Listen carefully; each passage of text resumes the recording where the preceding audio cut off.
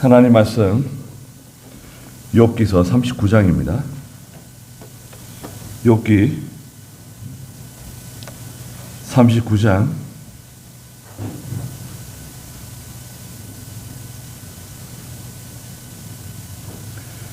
1절. 네가 산 염소들이 새끼 낳는 때를 아느냐? 네가 암사슴이 새끼 낳는 것을 지켜본 일이 있느냐? 그것이 만삭되는 달수를 헤아릴 수 있느냐? 그것이 새끼 낳을 때를 아느냐? 그것들이 몸을 부풀려서 새끼를 낳으면 그 고통은 떠나가 버리고 그 새끼들은 들판에서 강하게 자라서 나가서 다시 돌아오지 않는다 말했습니다.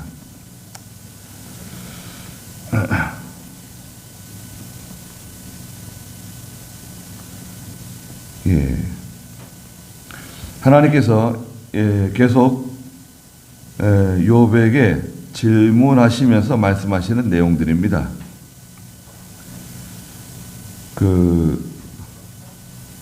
욥의 무지함을 지적하시고 드러내시는 거죠.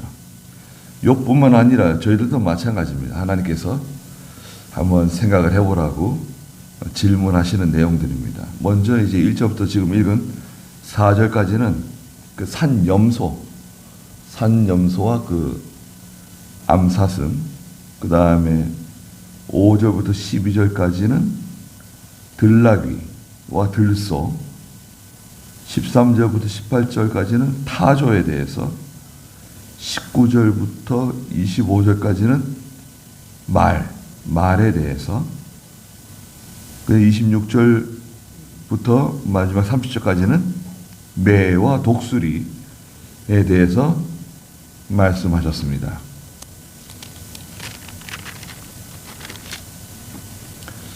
산염소가 있는데요. 산에 사는 염소들, 산염소. 이 절벽을 잘 타는. 여러분 그 절벽 잘 타는 염소 보셨죠? TV 같은 데서 그 절벽에서 아주 깎아지르 듯한 절벽에서 이 염소들의 발이 뾰족하고요. 뾰족할 뿐만 아니라 또 그 살이 마치 젤 같아가지고 젤 같아가지고 쿠션이 좋고요. 네, 아주 쿠션이 좋습니다. 바위를 막 뛰어다녀도 이쪽 바위에서 저쪽 바위로 막 점프를 하고 이래도 그 발이 미끄러지지 않고, 네, 그러니까 그 산을 잡아먹는 그런 짐승들이 쫓아오질 못하죠. 산염소들이 있고요. 그 암컷은 여기서 말하는 암사슴입니다. 내가 암사슴이 새끼 낳는 것을 지켜본 일이 있느냐? 그것이 만삭되는 달수. 그 염소는 그 임신 기간이 얼마 되는가요? 소는 임신 기간이 얼마 되는가요? 소는 사람하고 똑같습니다. 10달입니다. 그 염소는 얼마? 네? 100일? 염소가 100일이에요? 개도 100일? 개도 100일. 토끼는 얼마인가요?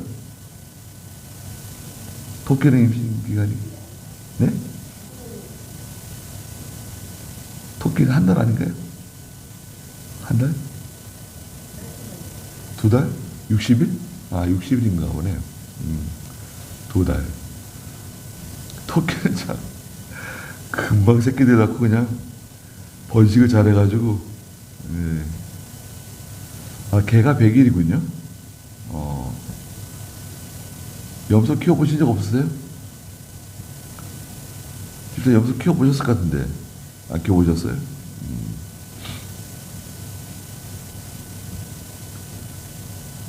임신 기간이 있고 또 새끼를 낳는데 그 산염소가 새끼 낳는 거 봤냐? 그 새끼 낳는 게 좀 보기 힘든가 봐요. 그 절벽을 타고 다니는 염소들이 새끼 낳는 거 직접 보는 것은 쉽지 않은 것 같아요. 네. 근데 그 절벽에 그 보면은 새끼들도 같이 다녀요. 참. 어떻게 그걸 어떻게 어미가 가르쳐 준 걸까요? 하나님께서 이미 태어날 때부터 딱 그 속에 입력을 딱 시켜주는 것 같아요. 네. 생존 본능, 기본적인 그 생존 본능을 넣어주시는 것 같아요. 네. 우리 사람도 마찬가지인 것 같고요. 네. 사람은 걷는데 뭐 거의 한 1년 걸리고, 그 다음에 뭐 사람 구실 하려면,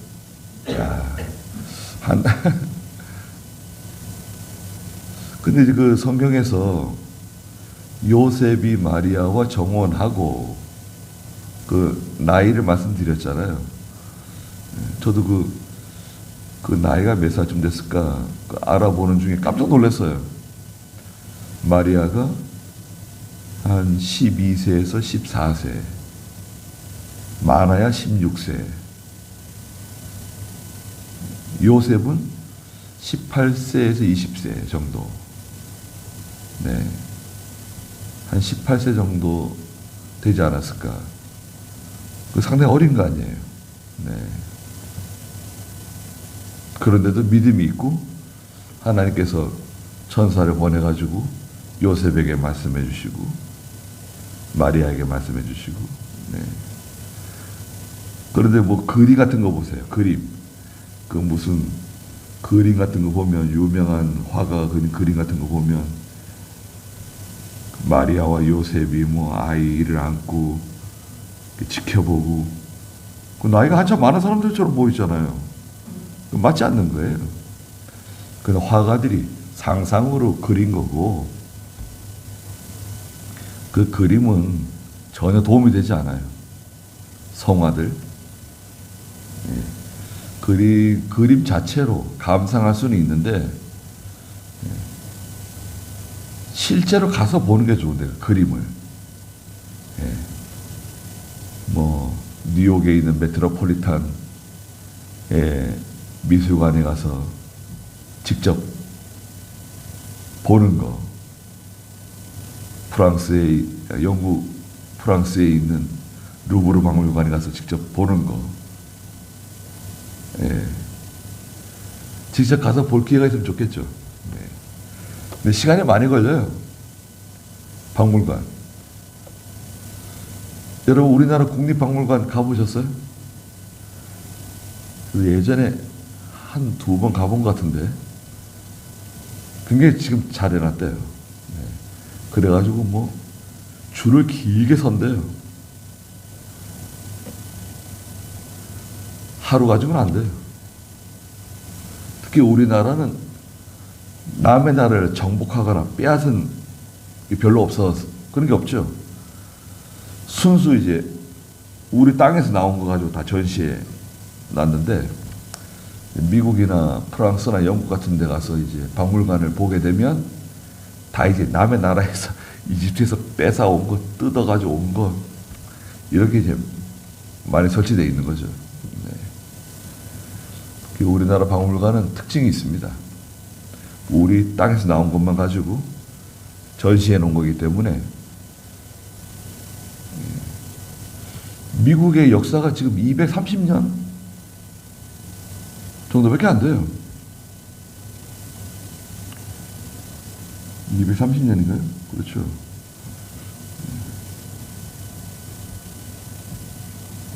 우리는 뭐 5,000년 역사라 그러는데.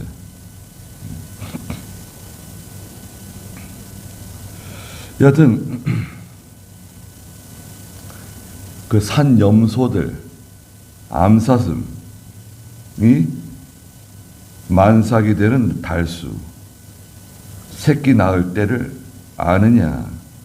그것들이 몸을 굽으려 새끼를 낳으면 그 고통은 떠나가 버리고 그 새끼들은 들판에서 강하게 자라서 나가면 다시 돌아오지 않는다. 좀 무정하네요. 네. 새끼 낳으면 바로 걷는 거예요. 바로 걷고 어미 따라다니면서 좀 자라면 독립하고.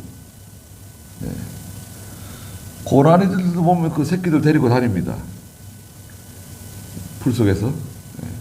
조금 자라나면 내보내는 거죠. 특히 순놈이면 빨리 내보냅니다. 멧돼지도 순놈은 빨리 내보내요. 암컷들은 어미가 데리고 다니는데 수컷은 좀 자라면 빨리 쫓아내요. 수컷은 집에 있으면 말썽을 자꾸 피우니까요. 예, 쫓아냅니다. 사람도 그런 것 같아요. 수컷은 좀 자라면 자기가 나가든지 쫓아내든지 집에 있으면 자꾸 말썽을 피워요. 수컷들은 싸우고 다투고 소리 지르고 그 짐승들도 수컷은 빨리 내보냅니다. 같이 데리고 다니지 않아요. 그래서 수컷은 혼자 다니죠. 멧돼지 큰 것들 혼자 다니는 것들. 암컷은 무리지어 다니고요. 멧돼지 사회가 그 모개 사회예요. 수컷은 혼자 다니고 200km, 300km, 거의 400km 나가는 것들. 무섭죠. 대단합니다. 보통 이렇게 보면 좀 크다 싶으면 한 150km, 180km 나간다고 봐야 돼요. 저거 되게 큰데? 그러면 200km 넘어가는 거고. 네. 무섭습니다.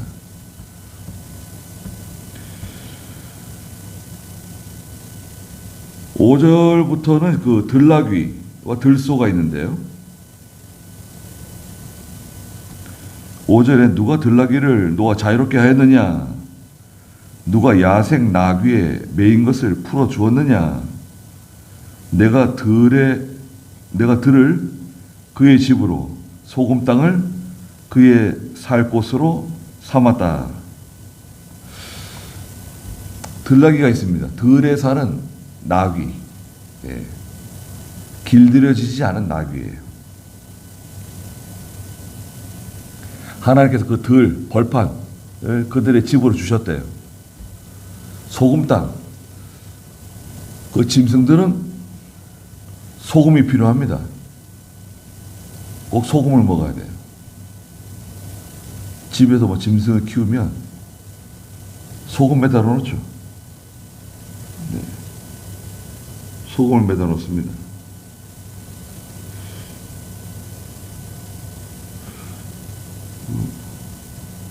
집에서 하여튼 짐승 키우면 그 소금을 염소 키울 때 소금에다 넣죠. 아세요? 김선희 쌤 아세요? 흑염소 키우잖아요. 그럼 꼭 소금 매달아 놔야 돼요. 그러면 염소들이 와가지고 소금을 핥아 먹어요. 네. 소금 매달아 놓지 않으면 병 걸려요. 잔병 치레를 많이 합니다. 소금 매달아 놓고 소금을 이렇게 핥아 먹을 수 있게끔. 여기도 소금 땅 그의 살 곳으로 삼았다. 또 7절에 들나귀는 성읍에 그 북적대는 것을 비웃으며 모으는 사람의 외치는 소리도 듣지 않고 산들을 자기 초장으로 삼아 돌아다니며 모든 푸른 것을 찾아다닌다. 들나귀들. 예. 그 들나귀라든지 이 야생으로 자라나는 짐승들이 강한 것 같아요.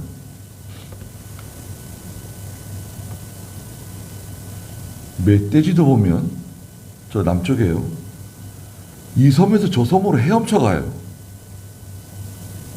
멧돼지들이 멧돼지들이요. 여기서 먹을 게 떨어지면 저쪽 섬으로 바다를 헤엄쳐 건너가요. 밤에 떼거지로. 아니 멧돼지가 헤엄을 친다? 뭐 발에다 뭘 달고 가는 건가? 헤엄쳐 지나가죠.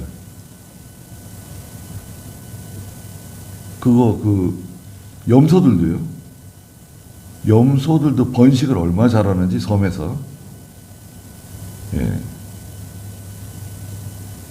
대단합니다. 모든 푸른 것을 찾아다니는 짐승들. 또 들소. 9절에 들소가 너를 즐겁게 섬기겠느냐. 들소를 훈련시켜가지고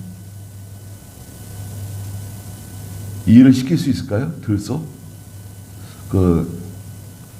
거의 불가능합니다. 그것이 내 외양간에 머물겠느냐? 내가 들소를 줄로 매어 이랑을 갈게 하겠느냐? 그것이 내 뒤를 따라 골짜기를 갈겠느냐? 들소의 힘이 세다고 해서 내가 그것을 신뢰하여 그것에게 너의 할 일을 맡기겠느냐? 들소가 내 곡식을 가져와서 내 타작 마당에 쌓을 것이라고 너는 믿느냐? 길들이기 쉽지 않다는 거죠. 길들이기 쉽지 않아요. 들소. 우리나라 소들은 참 충성스럽고 말도 잘 듣고 좀 똑똑한 것 같아요. 소들이 참 똑똑합니다. 저희 집에도 한우를 한 8마리인가 10마리인가 키운 적이 있는데 비우고 거기에 이제 암소도 있고 황소도 있고 다 있는데 저희 아버지가 얘가 대장이라고 말씀해 주시더라고요. 하루는 얘가 대장이라고. 근데 암소예요. 암소인데 순하게 생겼어요. 예쁘게 생겼어요. 주인이 있을 때 얼마나 주인에게 잘하고 주인을 반겨주고 좋아하는지 모릅니다. 제일 순한 것 같아요. 그 옆에 황소들이 막 있고 머리 큰 것들 있죠. 황소들 있는데 근데 얘가 대장이래요. 저희 아버지가 있을 때는 얌전하게 있는데 근데 아버지가 이제 우리에서 딱 나가면 그때부터 얘가 가만 안 있는데 딱 군기를 잡는데 그래서 어떻게 대장 노릇을 하지? 저 궁금해지더라고요. 네. 어디 가나 그런 게 있는 것 같아요. 들소를 길들여서 일을 시키는 거 쉽지 않을 겁니다. 네. 아예 어렸을 때 들소를 잡아가지고 집에서 키우면서 일을 가르치면 혹시 일을 배울 수 있겠죠. 어렸을 때부터 훈련을 시키면 가능할 수 있을 겁니다. 어렸을 때부터 한다 그러면. 우리나라는 그런 들소들이 없죠. 네. 있었다고 해도 살아남지 못했을 거예요. 왜냐하면 임진왜란 때 짐승들이 많이 죽었어요. 특히 우리나라의 늑대, 호랑이, 임진왜란 때 많이 죽었습니다. 거의 다 사라졌어요. 그리고 나서 6.25 전쟁. 6.25 전쟁 때 이 산에 있는 짐승들 많이 죽었어요. 호랑이, 늑대, 곰, 범 이런 것들 거의 뭐 멸종되다시피 한 겁니다. 그 임진왜란하고 6.25가 결정적인 영향을 줬어요. 그럼 들소 같은 거 어떻게 살아남겠어요? 들소 같은 거는 우리나라는 아마 없을 거예요. 뭐 미국이라니 뭐 땅덩어리가 넓은데, 그런데 뭐 야생 말들, 들소 뭐 이런 것들, 들나귀들 이런 것들 이제 있는 거지. 아유, 우리나라는 이게 너무 땅도 작은 데다가 거기에 또 산과 골짜기가 많아가지고 웬만한 짐승 살기 힘들어요. 겨울엔 춥죠. 여름엔 덥죠. 장마 있죠.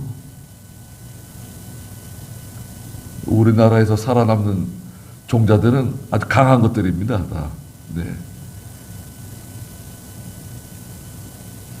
그 다음에 타조. 타조는 성경에서 무정한 짐승의 대표인데요.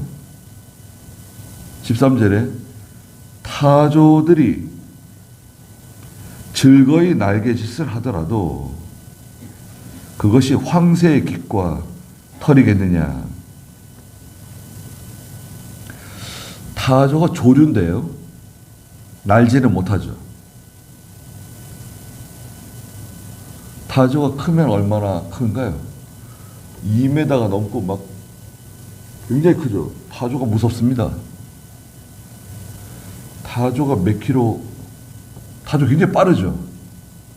타조가 몇 킬로나 달리는가요? 달리기. 타조가 두 발로 달리는데 타조가 빠르죠. 야, 선마야. 타조가 몇 킬로나 달린대? 시속 40km 이상. 보통 40km 이상이래요. 빨리 달리는 거 한 60km 다닐 수 있을까요? 확 달려가는데, 야, 즐거이 날개짓은 하지만 황새의 깃과 달라서 날 수는 없죠.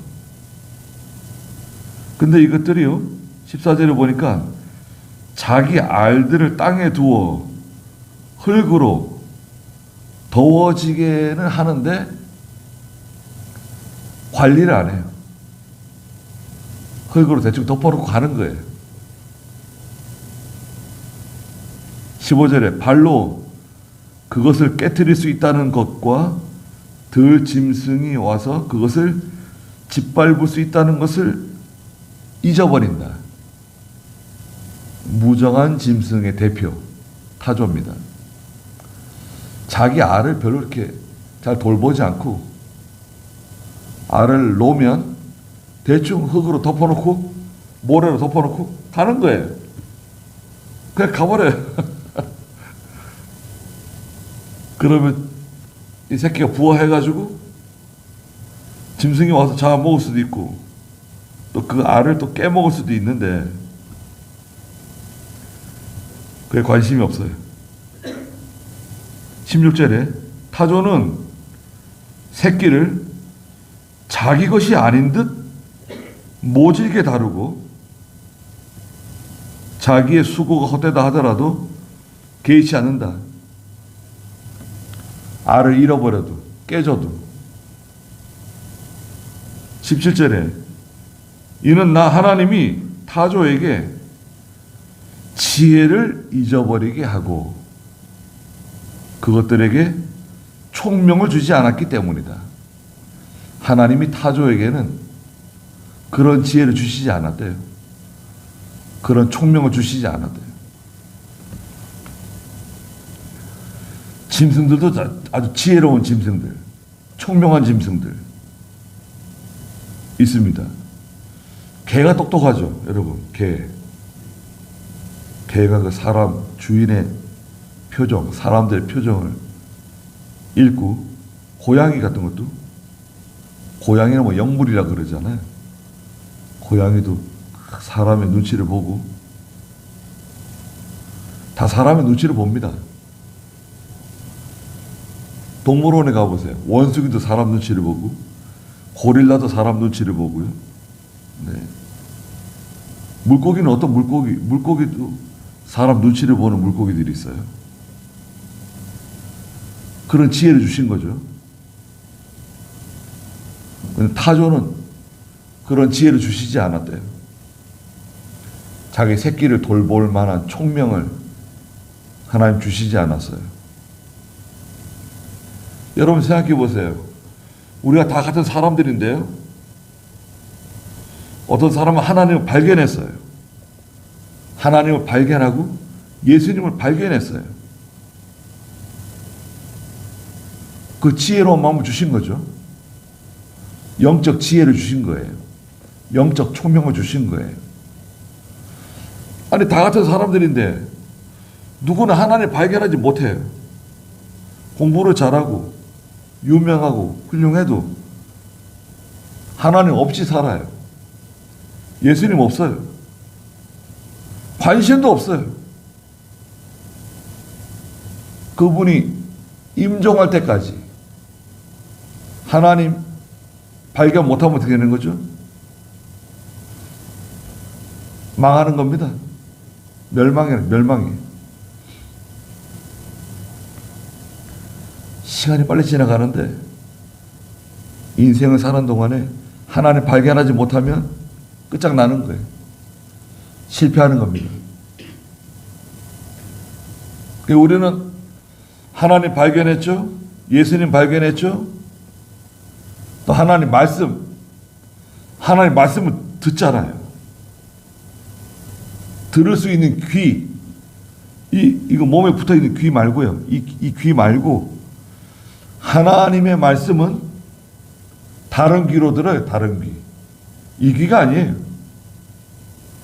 하나님 말씀은 심령으로 들어요. 심령. 중생한 영이 사용하는 마음으로 하나님의 말씀을 듣는 거예요. 받는 거예요. 그래 이건 대단한 거죠.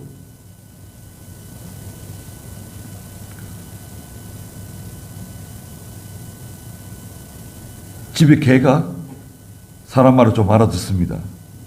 야 앉아요. 야, 손 내밀어봐. 손도 내밀어요. 저 에버랜드 물개쇼 같은 데 가보면 물개로 훈련시켜가지고요. 꽁치 한 마리씩 주면서 부르면 막 쫓아옵니다. 박수도 치고. 야, 가서 공 가져와. 가서 공도 가져오고. 훈련시키면 돼요. 훈련시키면. 그 지혜. 거기까지예요. 지혜. 근데 물개가 하나님 발견하고 하나님께 기도하고 소원을 아뢰고 영적 생명 주셔서 감사합니다. 물개가 어림도 없어요. 북극곰 보세요. 북극곰.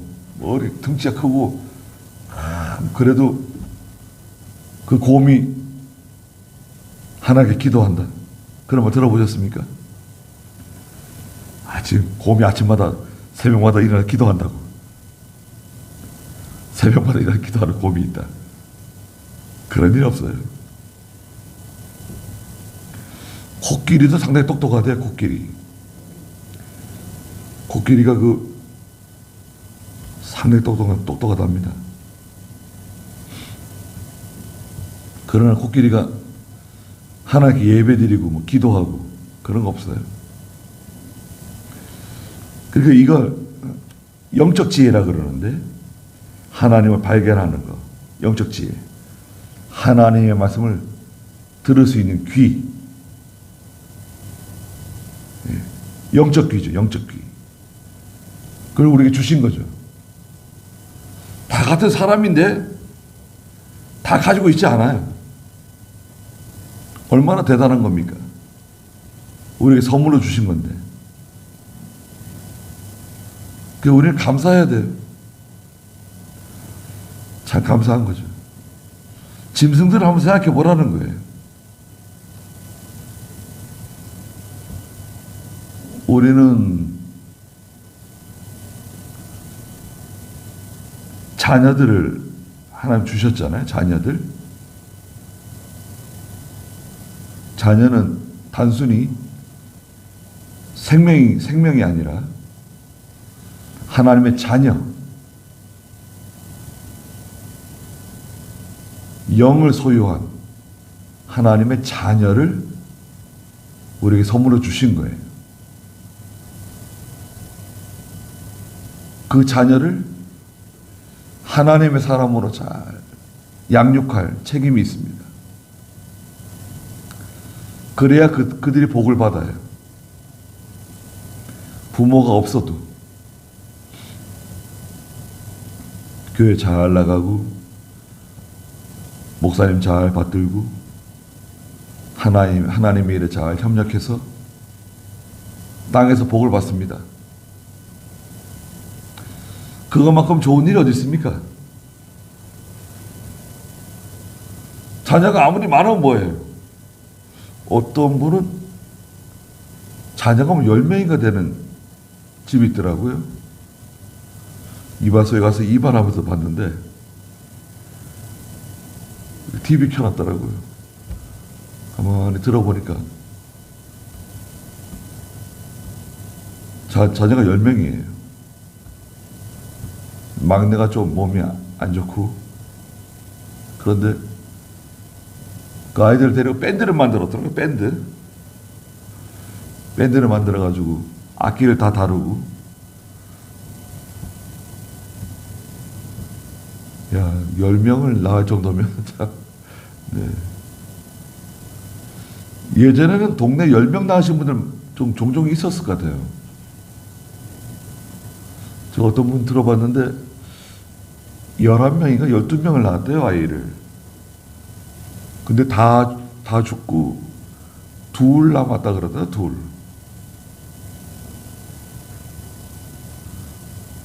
아이들이 겨울에는 잘 병에 안 걸리는데 여름에 장마철에 아이가 자꾸 세상을 떠나는 거예요.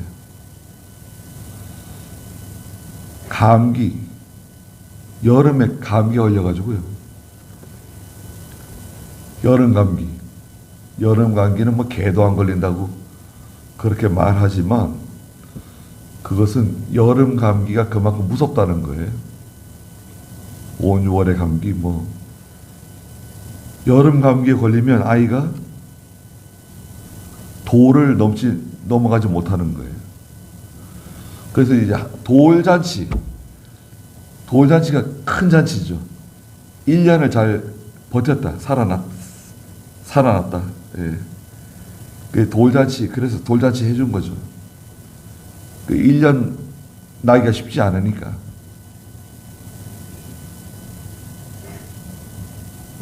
지금은 거의 하나를 많이 낳고, 근데 그 하나가 얼마나 소중합니까? 그 아이가 잘못되면 얼마나 가슴이 무너져 내리는 거예요.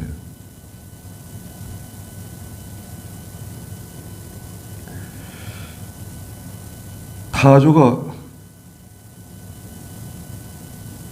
18절에 보니까 날개를 높이 퍼덕이며 뛰어갈 때면 말이나 말 탄 자를 비웃는다.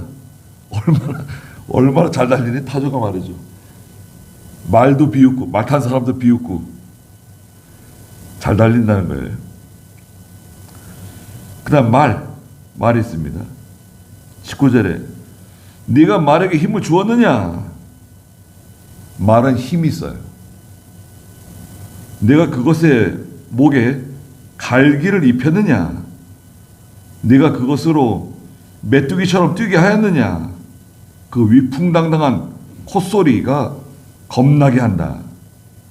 그것은 골짜기에서 발굽으로 차며 크게 흥분하다가 무장한 군인들을 맞으러 나아가는데 두려움을 비웃고 놀라지 않으며 칼 앞에서도 뒤돌아서지 않는다.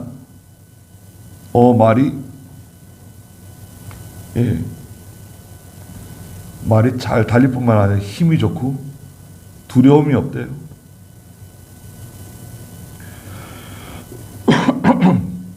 말이 등에다 사람을 태우잖아요. 몇 킬로까지 태울 수 있을까요? 말이 무겁죠. 말이 몇 킬로나 될까요? 큰 말. 말을 가만히 자세히 보시면 그 말굽이죠, 말굽. 그 위에 관절이 아주 가늘어요. 딱 그 관절이 가는데 그 말 등에 자기 몸에 3배를 실을 수 있어요. 자기 몸무게의 3배를 실을 수 있고요. 자기 몸무게의 8배를 끌 수 있어요. 그러니까 그 서양 사람들, 큰 사람, 덩치 큰 사람들도 태우고 막 그냥 올라가는 거예요. 산 같은 데도 올라가고. 힘이 뭐 얼마나 좋습니까? 말은 땀을 흘리나요, 안 흘리나요? 말. 노순환 씨, 말 땀 흘리는 거 보셨어요? 말이 땀을 엄청 많이 흘립니다.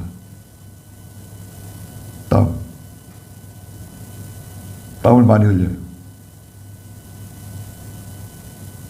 심장이 막 빨리 뛰고 힘이 좋고요. 몽골 사람들이 징기스칸이 타던 말들, 그 뭐 천리마라 그러는데, 그 말들은 그래 큰 말들이 아니에요. 조랑말보다 좀 크고, 예, 서양 사람들이 타고 다니는 그 경마 같은 데서 쓰는 그런 말들은 대부분 이집트 말들입니다. 이집트 말이 세계에서 최고인데요. 영국 사람들이 이집트의 말들을 데려다가 영국에서 개량을 했어요. 그 아주 그냥 멋있는 말들로 만들었죠. 근데 원래 그 몽골 사람들이 타는 말들은 그렇게 크지 않아요. 근데 아주 그 인내의 힘이 대단한 말들입니다. 그 몽골 사람들 등에 태우고 유럽까지 간 거 아니에요. 그런데 이제 말이 쓰러지면요.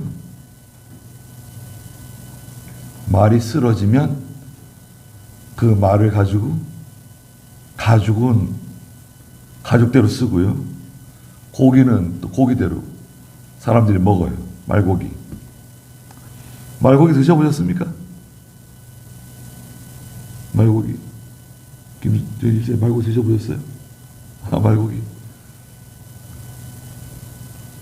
저 몽골에 갔더니 어떤 통합적교회 장로님 그 부인 권사님이신지 그 한번 드셔보시라 그러더라고요. 무슨 고기인지 맞춰보래요. 그 장조림을 했는데 소고기 같더라고요. 소고기인 줄 알았어요. 말고기래요. 말고기 이게 시장에 판다는 거예요. 그리고 날이 추워지면요. 날이 갑자기 추워지면 말의 내장을 다 끄집어내고요. 사람이 그 말 속에 들어가서 그 추위를 피합니다. 말 내장 속에 사람이 들어가가지고 추위를 피할 수 있어요. 그러니까 그 말 참, 소도 그렇지만 말도 사람들이 다 사용해요. 근데 말은 두려움이 없다. 힘이 좋고 용감해요. 칼 앞에서 돌아서지 않아요. 그런 성품을 주신 거예요. 하나님께서 말에게. 여러분, 말에게 그런 성품을 주신 거예요. 23절에 그 위에 화살통이 덜거덕거리며 창과 단창이 번쩍거리고 맹렬함과 사나움으로 땅을 집어 삼키며 나팔 소리가 울려도 머물러 서지 않고 나팔이 울릴 때마다 힝 소리를 내며 멀리서도 전쟁의 냄새를 맡고 지휘관들의 호령과 함성을 듣는다. 그런 거 보면요. 아니 지금 욥의 시대에도 전쟁을 하고 말 타고 나가서 그러고 있는 거 아니야 지금. 화살, 단창, 창 다 나오잖아요. 전쟁하는 거예요. 그 욥의 시대를 우리가 고대 시대로 보고 있는데 벌써 이미 그때도 다 있었던 겁니다. 심지어는 어떻게 말하냐면 우리는 뭐 구석기 시대, 신석기 시대, 청동기 시대, 철기 시대 이렇게 구분하잖아요. 그렇지 않다는 거죠. 무슨 말이냐? 아담 하와 때 이미 구리를 녹이고 철을 녹이고 금을 캐고 은을 캐고 했다는 거예요. 벌써 아담 하와 때.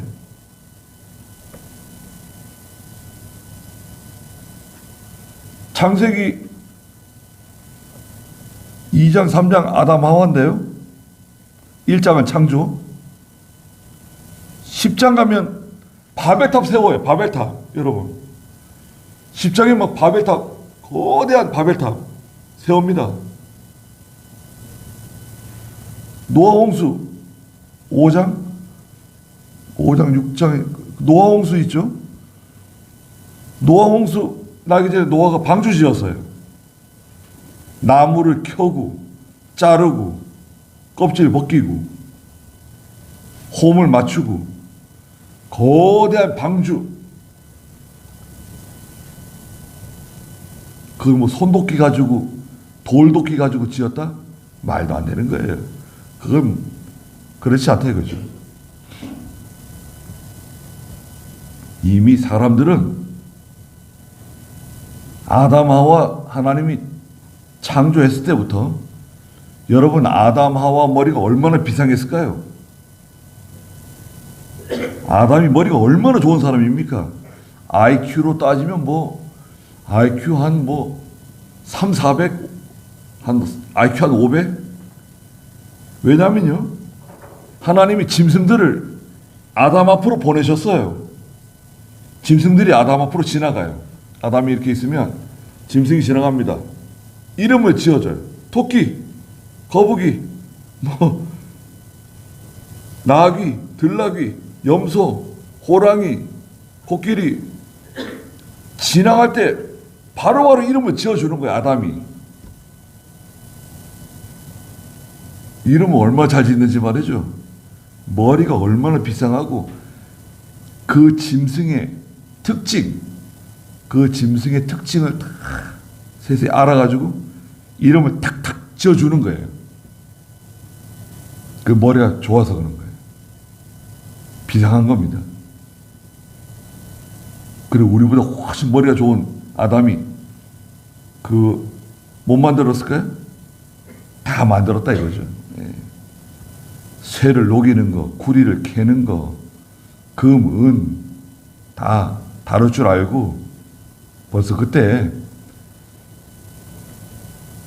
이미 첨단이에요. 그때 첨단. 반도체 같은 거, 자동차 같은 건 없어도 첨단입니다. 노아가 배 만드는 거 보세요. 방주. 그 큰 배를 하나님이 말씀만 가지고 만들었다? 아니죠. 이미 그 배에 대한 노하우가 있는 사람이에요. 노아는. 그 큰 방주, 무동력선 만든 거 아닙니까? 얼마나 지혜로운 사람이에요, 노아가.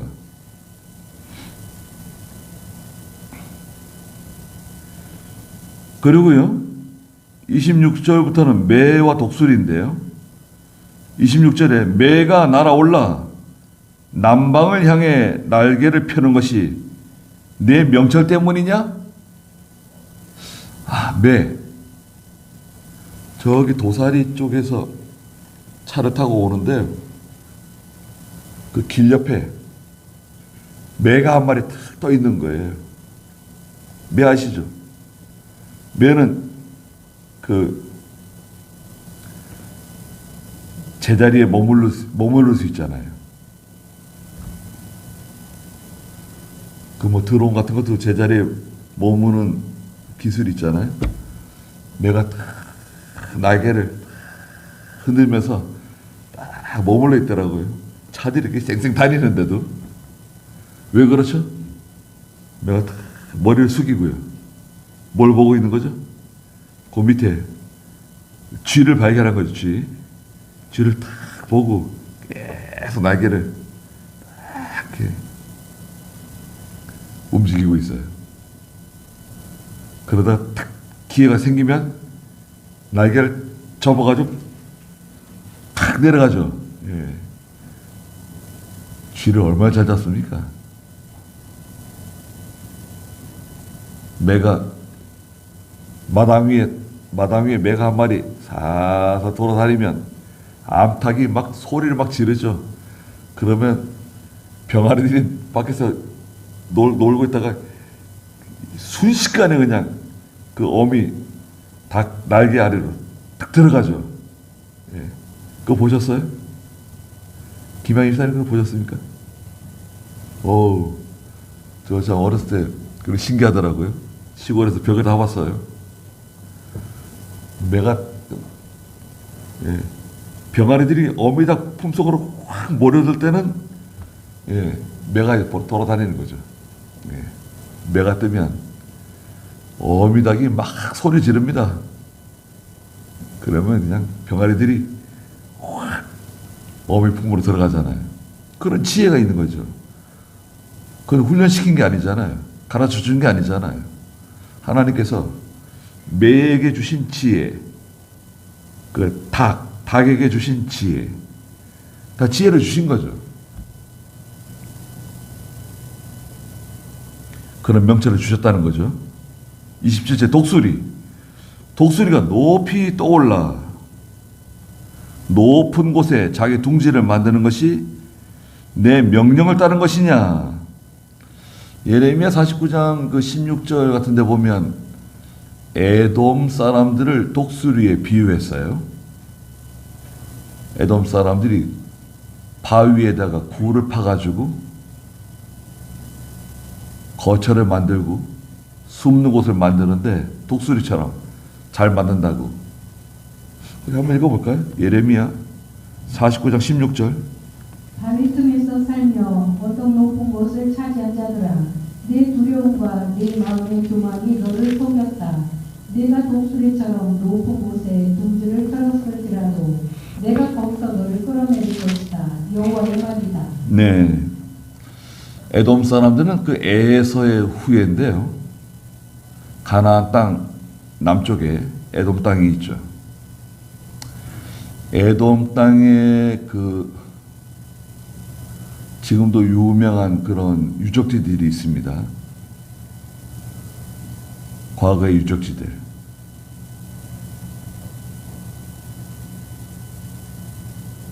바위 속에서 살고 바위를 파서 성을 만들고 집을 만들고 수많은 사람들이 다 바위 속에 살아요. 독수리들처럼. 그래도 소용없다는 거예요. 하나님이 징계하시면 다 망한다는 겁니다. 높은 곳에 자기 둥지를 만드는 것, 그런 지혜를 주셨다고 말씀하셨습니다. 28절에 그것은 절벽에 거하고 그 틈이나 험준한 곳에 머물고 거기에서 먹이를 찾으니 그 눈은 먼 곳까지 살핀다. 독수리의 눈. 야, 눈이 얼마나 좋은지요.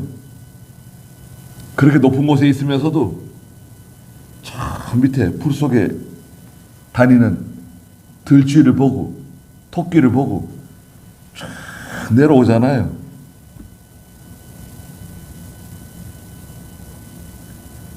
(30절에) 그 새끼들도 피를 빠니 시체가 있는 곳에 독수리도 있다. 누가복음 17장 37절에 예수님께서 시체가 있는 곳에 독수리도 있다 말씀하셨어요. 무슨 말씀이냐? 예, 시체가 있으면 독수리들이 모여가지고 뜯어먹는다는 거죠. 그런데 예수님께서 하신 말씀은 좀 다른 말씀이에요. 시체가 있는 곳에 독수리가 온다는 것은 죄가 있는 곳에 하나님의 심판이 임한다는 뜻이에요. 시체가 있는 곳에 독수리가 온다. 죄가 있는 곳에 하나님의 심판이 임한다. 거기다 한번 읽어볼까요? 누가복음 17장 37절. 그들이 예수께 대답하여 말하기를 주님 어디에서 그런 일이 있겠습니까? 하니 예수께서 그들에게 말씀하셨다. 시체가 있는 곳에는 독수리들이 모여들 것이다. 시체, 주검이라고도 말이죠. 주검이 있는 곳에 독수리들이 온다. 마태복음 24장 28절에서도 똑같이 말씀하셨는데요. 죄가 있는 곳에 하나님의 심판이 온다. 그 말씀이에요.